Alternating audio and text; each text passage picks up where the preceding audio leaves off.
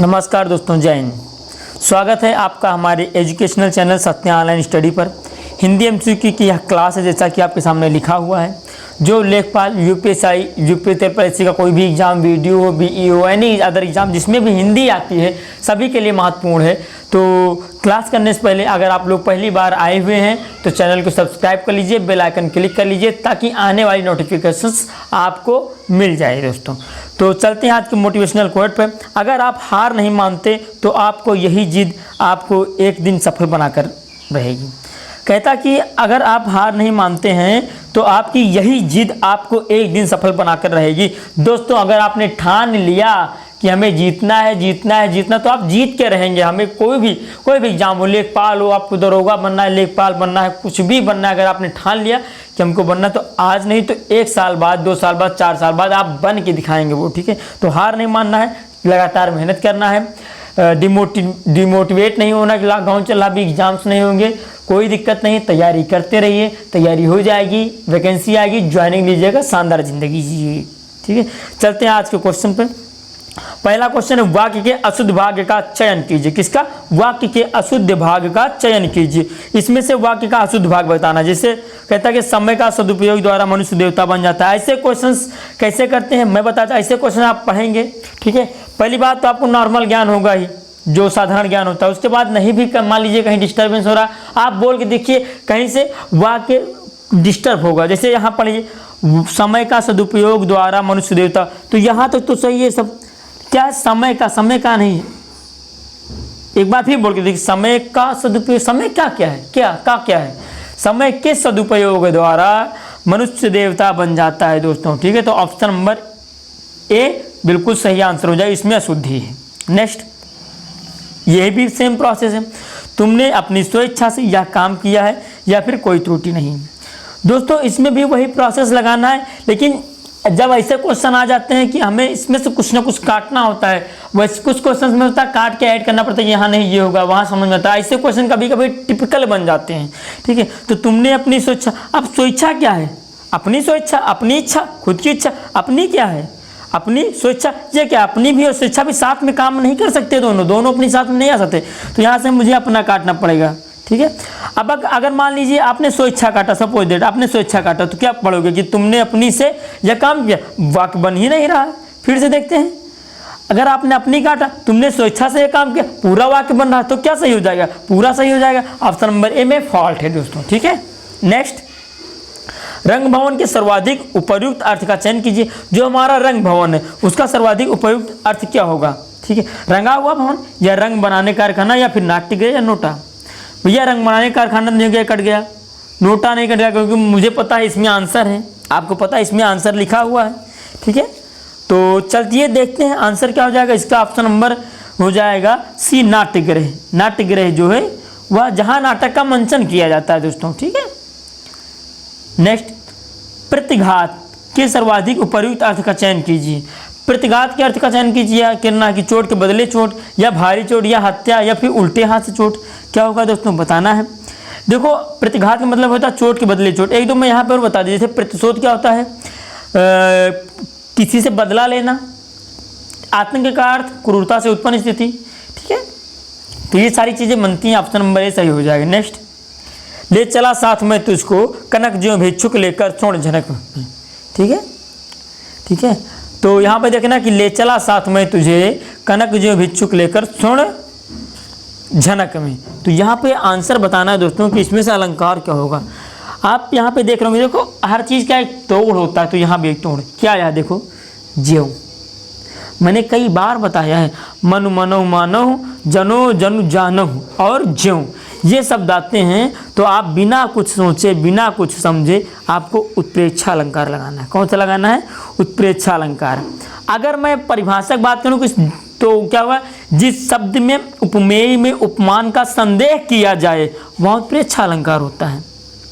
ठीक है, वो उत्प्रेक्षा। अगर रूपक में डिफरेंस क्या है कि उपमेय में उपमान का आरोप किया जाता है वहाँ पे।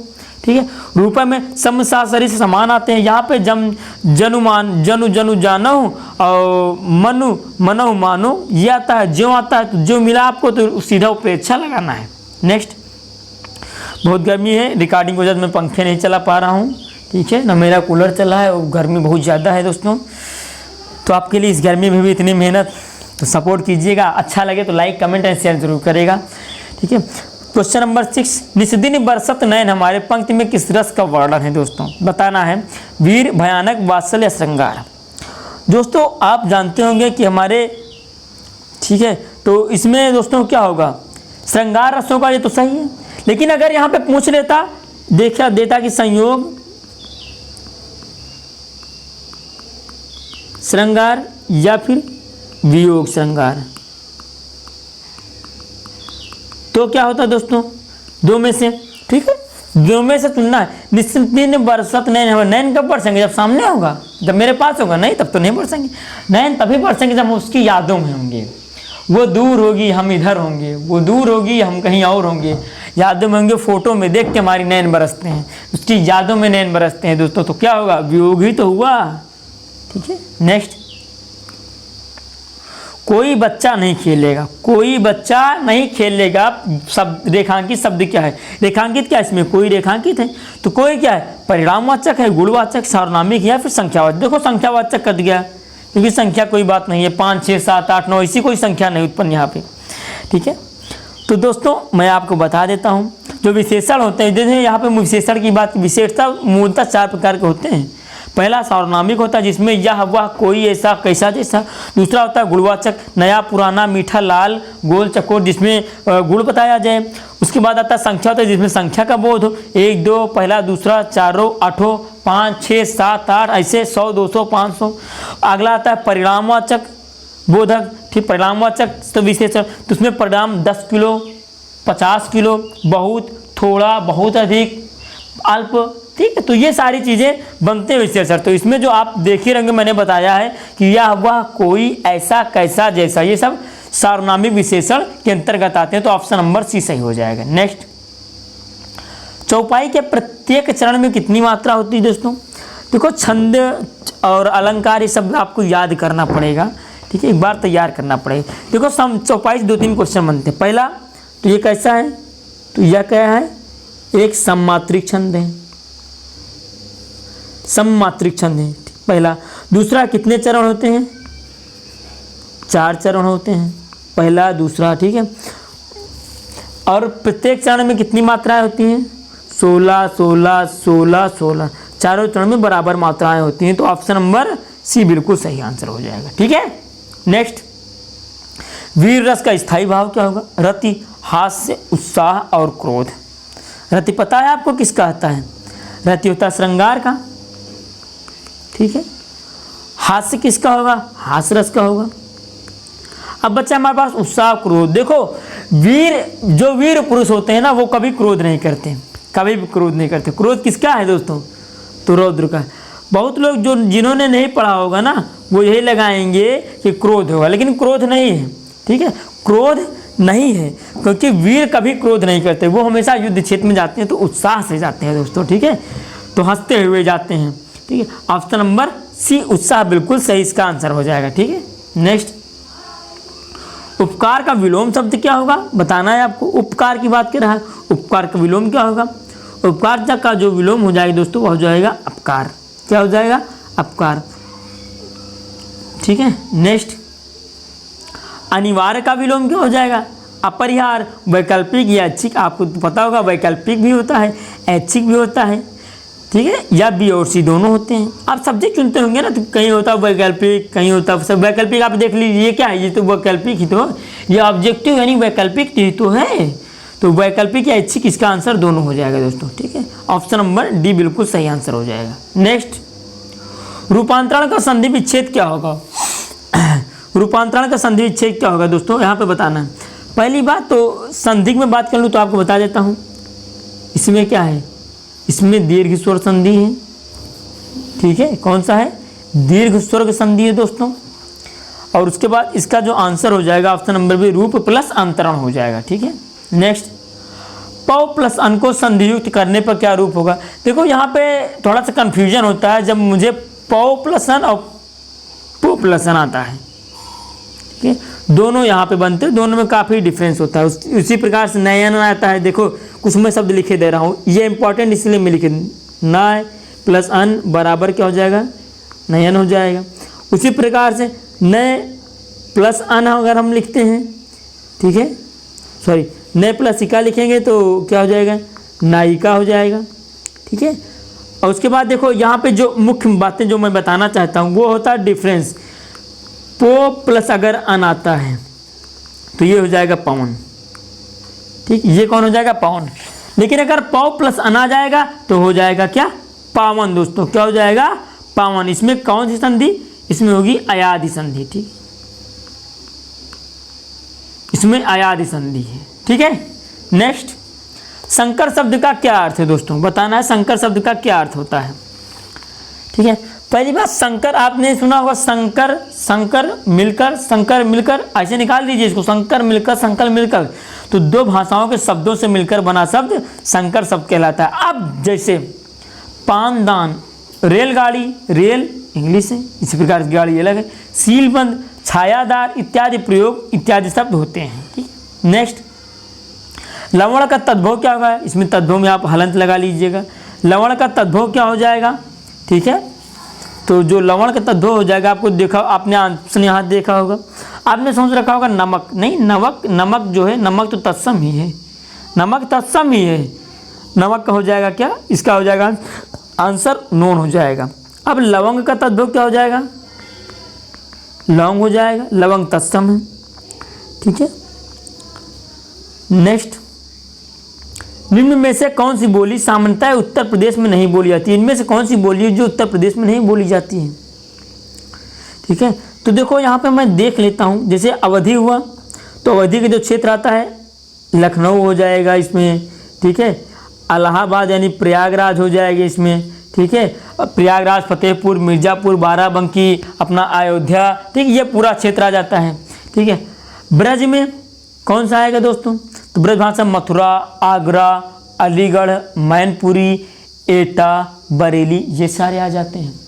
अब ऐसे क्वेश्चन पूछने लगा है आयोग डिफ्रेंशिएट करके, अब वो नहीं पूछता केंद्र कहाँ पे, वो पूछ लेगा कि बनारस में कौन सी बोली बोली जाती है, जौनपुर में, आजमगढ़ में, गाजीपुर में, तो हम हो जाएगी क्या, भोजपुरी। खड़ी बोली या कौरीस को हम कहते हैं मेरठ, बिजनौर, मुरादाबाद, रामपुर, सहारनपुर इत्यादि।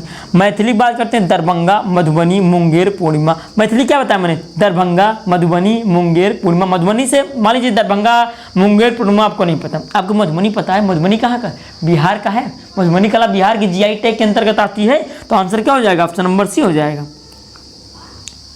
नेक्स्ट, कबीरदास भक्तिकाल की किस धारा के कवि थे दोस्तों, तो यह बताना है कबीरदास किस धारा कवि थे, ठीक है। मैं पीछे चलता हूं अभी, जैसे कृष्ण के लिए सूरदास हो जाएंगे, ठीक है, कुंभन दास हो जाएंगे, पेन आ जाएगी, सारी चीज़ें सही हो जाएंगी, स्वामी हरिदास आ जाएंगे। उसके बाद राम काव्य में रामानंद, एक दो नाम मैं बता दे रहा हूँ यहाँ पे, ठीक है, ताकि एग्जाम में तो हो जाए।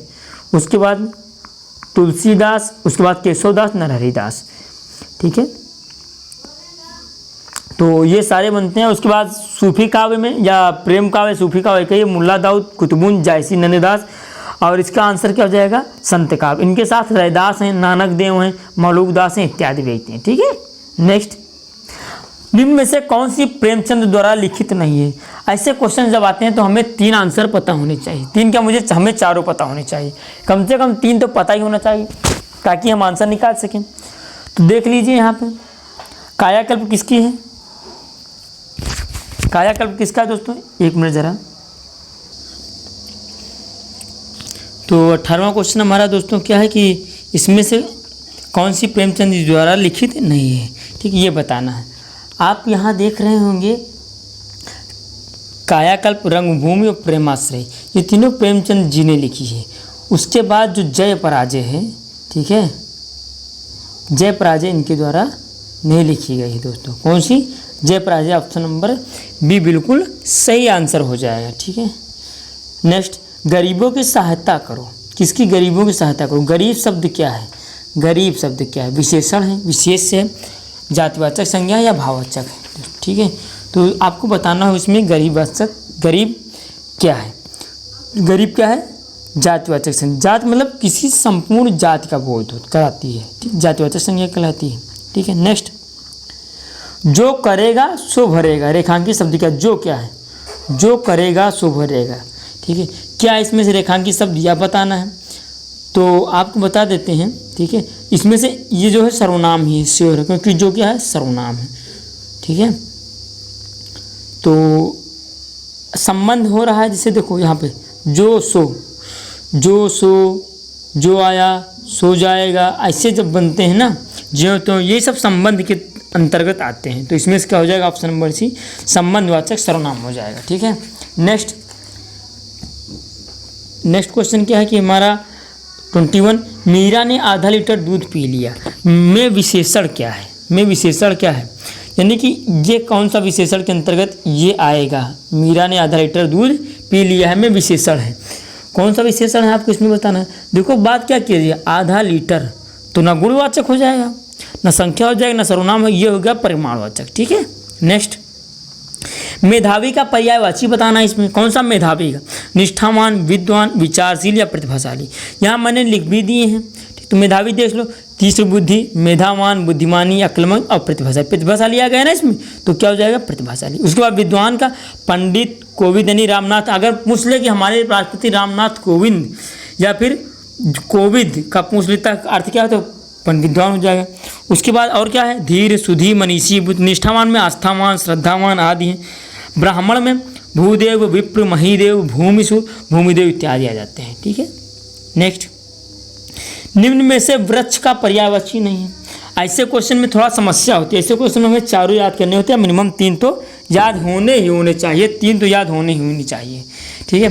तो देख लीजिए आप, तरु, पादप और साखी, तरु, पादप, साखी, ये सब जो हैं वृक्ष के हैं, लेकिन विहग जो है वृक्ष का नहीं है। अब पूछ लेता है विहग किसकी है, विहग किसके हैं, तो बता देंगे हम कि विहग किसका है, पक्षी का है, ठीक है। नेक्स्ट 24, निम्न में से किस शब्द में प्रत्यय नहीं है। प्रत्यय अगर ऐसा पूछ ले कि प्रत्यय नहीं है, तो आपको एक चीज़ याद रखना होगा, ठीक है, कि जो शब्दांश शब्दों के अंत में जुड़कर उनके अर्थ में विशेषता या परिवर्तन लाते हुए प्रत्यय कहलाते हैं। इसका अर्थ क्या निकलता है कि अगर हम तोड़ेंगे अगर प्रत्यय को अलग करेंगे तो जो शेष शब्द बचता है पहले वाला, ठीक है, यानी पहले वाला जो पूर्व पद बचता है उसका एक सार्थक अर्थ होना चाहिए। अब आप गुड़ को गुड़वान को तोड़िए, गुड़ प्लस वान, गुड़ सार्थक अर्थ निकला। दूजा को तोड़िए आप, दू प्लस जा, दू शब्दार्थक निकला। इकहरा, एक निकला सार्थक, इकहरा दोनों।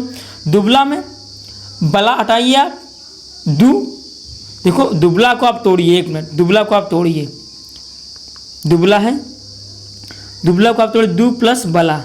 अब इसमें तो यही बन रहा है भैया, ये तो प्रत्यय हो नहीं, क्योंकि ये यही सार्थक शब्द निकाल रहा है, यानी कि इसमें क्या लगा था, उपसर्ग लगा था, ऑप्शन नंबर डी सही हो जाएगा। नेक्स्ट 25, निम्न में से रूढ़ शब्द कौन सा है। अभी मैंने एक टॉपिक आज चुना हुआ है, तो मैं सोच रहा हूँ कभी बीच में एक टॉपिक लेके भी आ जाऊँगा जो संविधान या आदर्श से रिलेटेड हो जाएंगे, ठीक है। निम्न में से रूढ़ शब्द कौन सा है इसमें से बताना है, तो पंकज, विद्यालय, जलज, कमल, ठीक है। तो इसमें से रूढ़ शब्द कौन सा हो जाए, इसमें रूढ़ शब्द कमल।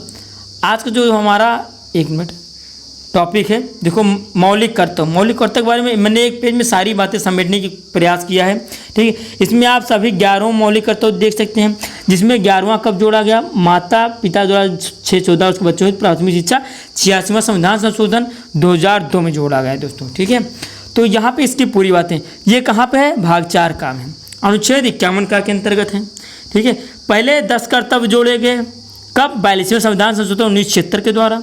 किसके अनुशंसा पे आए थे, स्वर्ण सिंह समिति के अनुशंसा पे, रूस के संविधान से आए थे, ठीक है। उसके बाद जो 11वां जोड़ा गया है वह 86वें संविधान संशोधन द्वारा जोड़ा गया है। देखो मैंने एक पेज में, और जो मूल कर्तव्य लोग 2-2 घंटे पढ़ते हैं, मैंने 5 मिनट में ख़त्म, 5 मिनट भी नहीं लगा, 1 मिनट में ख़त्म कर दिया, ठीक है। और ये 11वां आप इसकी स्क्रीनशॉट लेके 11वां आप रिवाइज कर लीजिएगा, पढ़ लीजिएगा, ठीक है दोस्तों। तो आज की क्लास यहीं तक रखते हैं, मिलते हैं नेक्स्ट डे। जय हिंद, जय भारत।